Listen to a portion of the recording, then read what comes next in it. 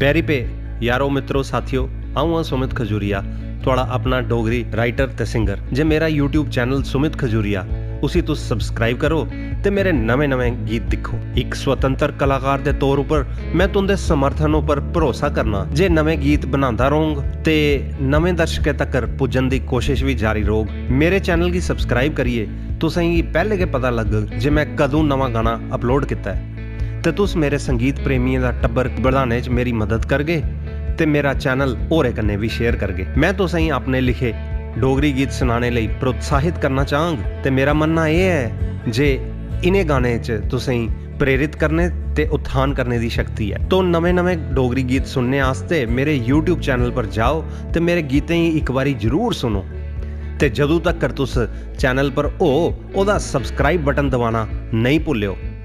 तुंदे समर्थन आस्ते मता मता धन्नवाद, शुक्रिया।